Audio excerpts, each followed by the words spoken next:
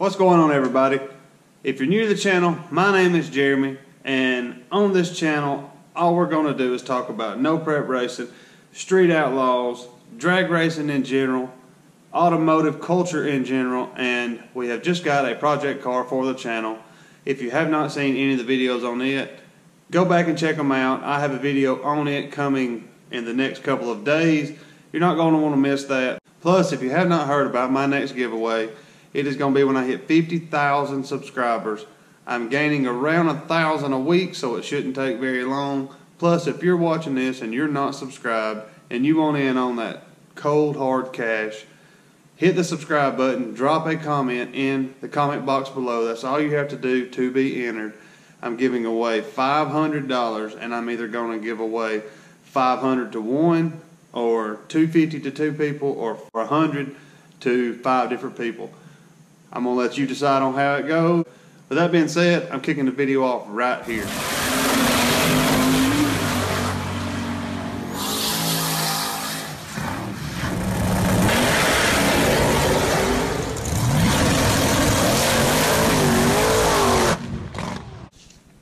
The first thing I want to bring up in this video, and that would be no prep kings.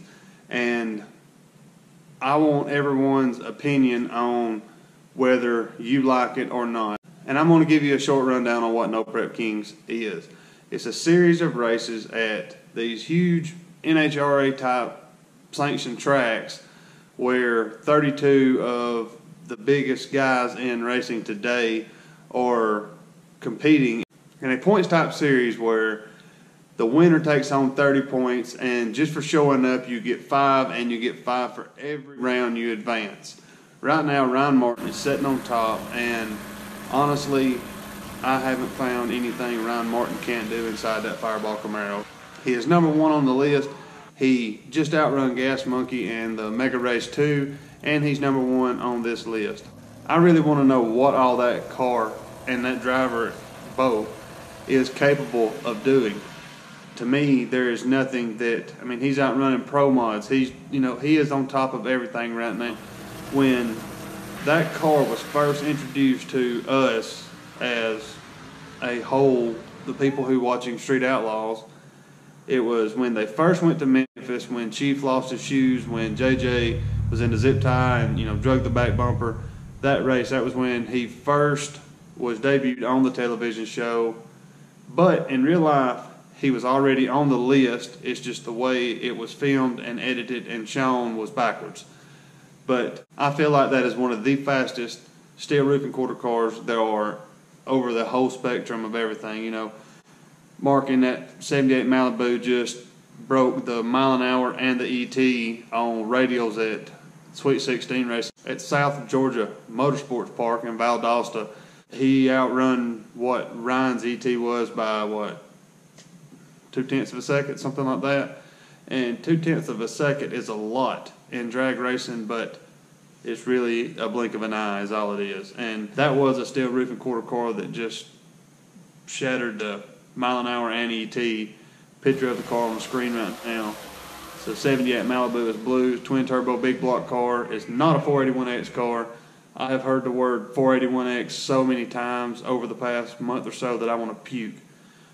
I'm so glad that it wasn't a 481X that won it, but everybody who has a 481X is making rounds, and they are very durable motors. But I'm so tired of hearing about it. I'm done with it. But before I got off on that little rant, the No Prep Kings is a points type series, and with Chuck being the race master, he told us about this show at SEMA 2017. That is when they let the cat out of the bag that he was going to be the race master of this show. And I have found one major flaw in this show, and that is you can go to YouTube, Google, anywhere, and find out who won all of these races that they're airing on Wednesday night right now. There is 100 different views of the same races on YouTube than there is through Discovery.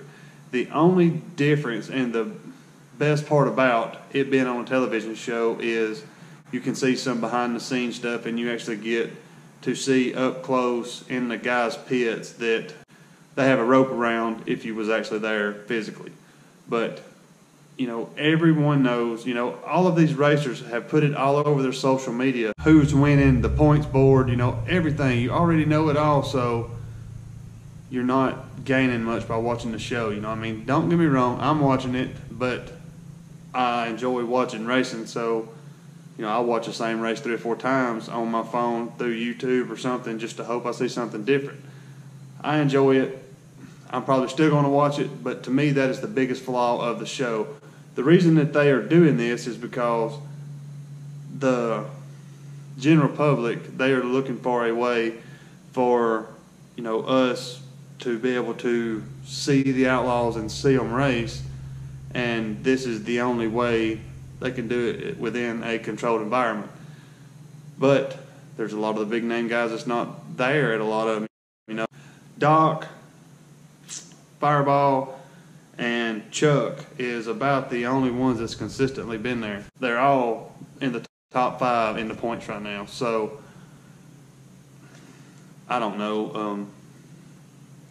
To me, it was like they wanted to take the best of all 3 shows and try to combine them into something that it's not going to be. And with that being the best of the best, to see who is the best, and it's not working out like that. Last week's episode where they was in Texas, there was about 6 or 7 just random people that was their local track who had no intentions of going to any other track other than that one, but yet they're racing for the points, where there is cars out there who would like to have a chance at that and could be a contender to win that race or the whole points, and they're not letting them compete. They're not letting them. It doesn't make any sense. Stick with 32. Find 32 people who's going to travel to these events, and let's have, you know, Ryan Martin right now has done walked away with it, and as long as he shows up and makes a couple of rounds, he is going to win this. No doubt, it's over with already. You know, you take someone like Birdman, who, when he shows up, he wins for the most part. You take someone like Birdman, and if he won the rest of them, he still couldn't come out number 1, and he's the most feared man in no prep right now. He is someone who you can guarantee is going to go rounds, if not win, every event that he goes to. I've heard several big name guys, when they show up to a racetrack, they'll say, shit, I was hoping Birdman was somewhere else. You know, they know that that is their competition right there.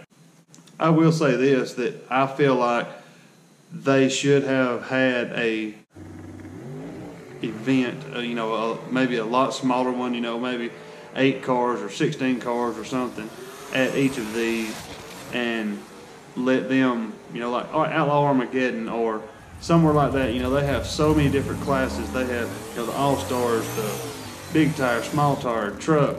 They have so many different classes, and then there's no Prep Kings. There's one, and I really wish there was a small tire event. There was a small tire class at these things, because I really enjoy watching the small tires. To me, you got the same horsepower as the big tire cars, but it takes twice the ability to drive that car down through there. You take someone like Eric Bain in Boosted Ego. It's a beautiful car, and he has made rounds, and he is actually trying, knowing that he is never going to be the one who takes all this home, but he still is there trying, and he is making rounds. He did outrun Dominator, which I like Joe. Like I've said for months now, I like Joe, but that car, he's just going to have to bite the bullet and let somebody help him with that car to ever get it to making consistent passes. The car is probably stupid fast if he would let it be. But you take someone like Eric Bain or BoostedGT with small tires and put them, and they're going to put on a hell of a show for all these promoters and tracks, and bring in that much more money to give away, and or to, you know, line somebody's pocket. Who cares? I don't care. I just wish that they would have a small tire class to go along with it. Speaking of BoostedGT, he did unveil his car at Tulsa, and car sounded wicked, car broke. Here's a clip from Tom 80 videos of his car doing a burnout and braking and them pushing it back off the track. That car is going to be a force to be reckoned with without a doubt. He was out running big tire cars with that small tire car, so just imagine what this new car is going to do. Can't wait. Caleb's got the new car, the Hot Mess Express. It's a beautiful car too, pro mod car, but I cannot wait for that and all of the new stuff that was mentioned in my last video to come out. Season 11, whatever, you know, there's no Prep Kings. I just don't know whether I like it or not. I'm going to watch it, of course, but it is what it is, and it's going to be what it's going to be. And my biggest thing with all of this, all of the shows that they're making, is please go back to your roots. Please go back to what made everyone like the Street Outlaws and drag racing. Don't run it into our face so much that it's not fun to watch anymore. I mean, I think that the show is not what it used to be. It's just not. They've tried it with New Orleans, it didn't work. They have something with Memphis if they will rein it in, and you know, they're gonna have to have a list, and they're gonna have to stop jumping every race. You've looked through my comments and my emails and all that. You watch Street Outlaws Memphis, and I would say easily 75 to 80% of the races they jump. If you're sitting there on the trans brake and you watch another car leave, instinct makes you let go of that button, and there's nothing you can do about it. And the Memphis crew understands this, knows this, they know what's going to happen, and they win every race. You know, I don't really agree with that, and JJ is so hung up with he's trying to put that associated with his name that he's not going to have a flashlight start. It's going to be an arm drop, and I can understand with him wanting to, you know, have that associated with his name, but give somebody a fair race. If you're that heart set on an arm drop, take out Chase as a race, and if you jump, you lose. That's the only way I know to fix that little problem. But, you know, I'm going to end my rant here. You know the drill. Comment box below. Anything you want me to know, send it to the email address on the screen. If you are a small business owner, a business owner, want your product on this channel, send me an email about it, and we'll work something out. You know, I'm not asking for nothing. I will help you, because by you watching this video, you're helping me. I'm not asking for nothing. Just, you know, I will help anybody who has helped me get to where I'm at right now. The mailing address also is on the screen. If you have anything you want me to know, see, have, whatever, send it to me. I appreciate everything. I appreciate everybody for watching these videos. You do not have any idea what it means to me.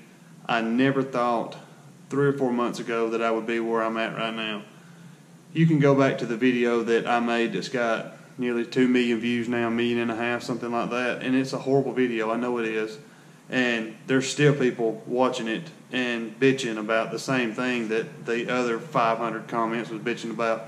But something that everybody has to realize is that was actually one of my first videos. I was still learning what I was doing at that point, and I'm still learning now, don't get me wrong.